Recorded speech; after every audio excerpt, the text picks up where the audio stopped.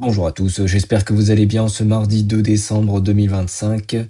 Aujourd'hui, je vous ai sélectionné trois actus crypto du moment et on va faire un focus particulièrement sur le prix du Bitcoin qui nous a fait plus une grosse correction que un mini crack hier. Donc je vais détailler ça en plusieurs points, restez bien jusqu'au bout de la vidéo. Et là aujourd'hui, le marché est sur les dernières 24 heures en léger retrait de moins 0,82%. Et on commence tout de suite avec le sujet qui concerne Vanguard, qui permettra désormais à ses clients de négocier des ETF et fonds communs qui détiennent principalement des crypto-monnaies comme Bitcoin, Ethereum, XRP ou Solana. Et cette décision, elle concerne la plateforme de courtage de Vanguard aux États-Unis et concerne plus de 50 millions de clients pour un encours global, toutes classes d'actifs confondues, d'environ 11 000 milliards de dollars. Et auparavant, Vanguard rejetait systématiquement les produits crypto en raison de la volatilité du marché. Ce revirement marque une rupture nette avec sa politique d'investissement long terme dite classique. Et d'après mon analyse, l'ouverture de Vanguard est un signal fort d'institutionnalisation. En donnant accès aux ETF crypto à des millions d'investisseurs mainstream, cela pourrait apporter une nouvelle vague de capitaux vers le marché, potentiellement atténuer la volatilité à long terme et stabiliser la demande, ne serait-ce que pour ETH et BTC. Sony Bank envisage de lancer un stablecoin indexé sur le dollar américain dès 2026, ciblant principalement les paiements pour PlayStation, les jeux, les abonnements et les contenus animés streaming dans l'écosystème Sony.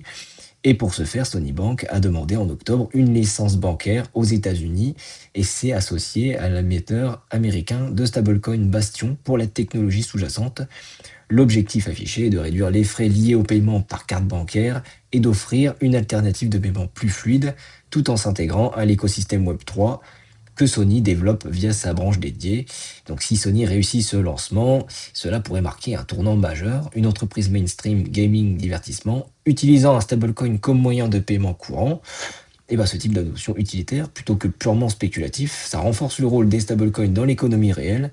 Pour l'écosystème crypto, ça pourrait ouvrir la voie de nouveaux cas d'usage grand public et encourager d'autres grands groupes à suivre ce modèle. La People Bank of China a réaffirmé fin novembre 2025 que les crypto-monnaies, y compris les stablecoins, n'ont pas le statut de monnaie légale en Chine, que toute activité liée est illégale et que le pays entend renforcer sa répression. Donc, lors d'un sommet interagences, 13 organismes ont souligné les risques liés aux stablecoins: anonymat, insuffisance des contrôles KYC, lutte anti-blanchiment, transfert transfrontalier non régulé et potentielle exposition pour des activités illicites.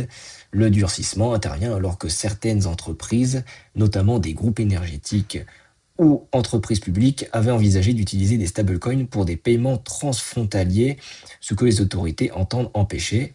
Et ce qu'on peut dire d'un point de vue analytique, c'est que cette montée en puissance de la répression chinoise rappelle que malgré le retrait officiel de la cryptosphère, l'Asie reste une zone de grande vigilance.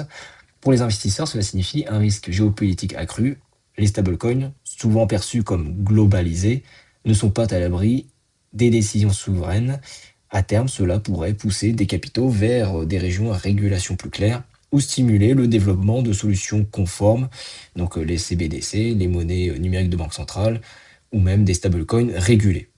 Le lundi 1er décembre 2025, le Bitcoin a chuté brutalement, pas un petit mouvement, une véritable glissade, près de 6% de baisse en quelques heures.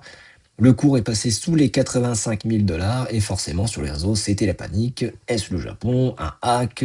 Un scandale crypto? Un crash obligataire? La Chine encore? Bref, tout le monde cherchait la cause.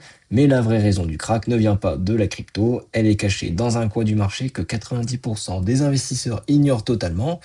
Et pourtant, c'est précisément ce qui a déclenché l'un des plus violents sell-off de fin d'année. Et si on regarde les chiffres, le Bitcoin ouvre la journée du lundi autour de 91 200 dollars. Tout va bien, le marché est calme, faible volatilité, mais rapidement, une bougie rouge, puis une autre, puis une accélération arrive, et le Bitcoin est déjà sous les 86 500 dollars et touche les 83 850 dollars, son plus bas de la journée. On parle d'un mouvement massif, d'un effondrement rapide, d'une pression vendeuse qui arrive d'un coup, comme si quelqu'un avait tiré sur la prise. Ce n'est pas un petit bruit de marché, ce n'est pas un well isolé, c'est un événement global. Et pour le comprendre, il faut sortir du monde crypto. Et voilà la vérité, ce qui a déclenché la chute du Bitcoin le 1er décembre est totalement non crypto, ça n'a rien à voir avec les ETF, les régulations ou les plateformes, ça vient du Japon. Et oui, le Japon, l'un des marchés obligataires les plus importants au monde, est pourtant totalement ignoré par la plupart des investisseurs crypto. Ce jour-là, les taux des obligations japonaises à 2 ans ont atteint un plus haut depuis 2008. 2008, une année que personne n'a envie de revoir. Le yen s'est mis à grimper violemment et ça, c'est un problème gigantesque pour une raison simple. Des milliards de dollars d'investissements mondiaux sont financés avec du yen. Quand le yen se renforce brutalement, tous les investisseurs qui utilisent cette stratégie doivent faire la même chose, fermer leur position, rembourser leurs dettes en yens, vendre ce qu'ils détiennent, et dans leur portefeuille, il y a du S&P 500, du Nasdaq, de la tech et évidemment du Bitcoin. Autrement dit, ce n'est pas que les investisseurs voulaient vendre leur Bitcoin, ils étaient obligés de vendre. Et ce n'était que la première couche du problème. Au même moment, l'ensemble des marchés financiers est passé en mode risk-off sur un court moment. Le risk-off, c'est le moment où les investisseurs coupent tout ce qui bouge trop vite, tout ce qui est volatile, tout ce qui est risqué. Et qu'est-ce qui est le plus volatile du monde? Bitcoin et plus largement les cryptoactifs. Mais il faut noter que sur les marchés traditionnels, on a eu un short quiz très, très rapide sur la journée, mais on est vite revenu sur la fin de journée du lundi. Et là, actuellement, on est revenu sur des niveaux autour de vendredi. Mais les cryptoactifs ont été les plus touchés. Les rendements obligataires montent, les traders réduisent leur exposition, les algos détectent le stress, les modèles de risque se déclenchent. Résultat, des sorties d'exposition Bitcoin, moins d'achats institutionnels, plus de pression vendeuse.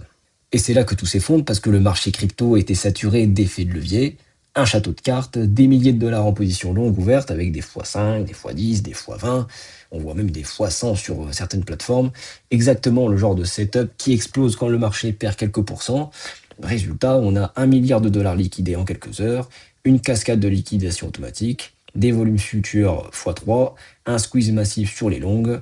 À chaque liquidation forcée, du Bitcoin est vendu automatiquement, ce qui fait baisser le prix. Cette baisse déclenche d'autres liquidations, c'est un cercle vicieux. Le marché crypto adore monter vite, mais quand il descend, il creuse. Et maintenant, la partie qui fâche, cette chute révèle une vérité que beaucoup n'aiment pas entendre. Bitcoin est devenu un actif macro-sensible. Le Bitcoin ne bouge plus simplement en fonction de l'adoption, du halving ou de l'actualité crypto. Il bouge comme le Nasdaq, il bouge avec la liquidité mondiale, il bouge avec les flux financiers internationaux. Et quand les marchés sont nerveux, Bitcoin devient la première victime. En novembre, les signaux étaient déjà mauvais, des volumes spot en baisse, des supports fragilisés, des sorties d'ETF, un sentiment en baisse. Le marché attendait juste une excuse pour casser. Et voilà ce qu'il faut retenir si tu investis en Bitcoin. Suis les taux obligataires, États-Unis, Japon, surveille le yen, regarde l'évolution de la liquidité globale, fais attention au levier, et surtout en fin de cycle, reste long terme si tu n'es pas un trader, parce que si tu n'analyses pas la macro, tu n'analyses que la moitié du marché, et j'ai même envie de dire, tu n'analyses qu'un tiers du marché, et Bitcoin n'est plus un actif isolé, c'est un actif global. Donc pour résumer ce qui s'est passé hier, Bitcoin n'a pas chuté à cause d'une mauvaise news, Bitcoin a chuté parce que le monde entier a changé de régime, le yen, les obligations, les flux internationaux, tout ça, ça fait bouger Bitcoin désormais. Et si tu veux que je t'explique régulièrement les vraies raisons derrière les mouvements du marché, abonne-toi, like la vidéo, c'est gratuit, ça valorise mon travail et ça fait plaisir. C'était Benjamin, alias Black Wolf, j'espère que tu as apprécié la vidéo. Ciao, bye.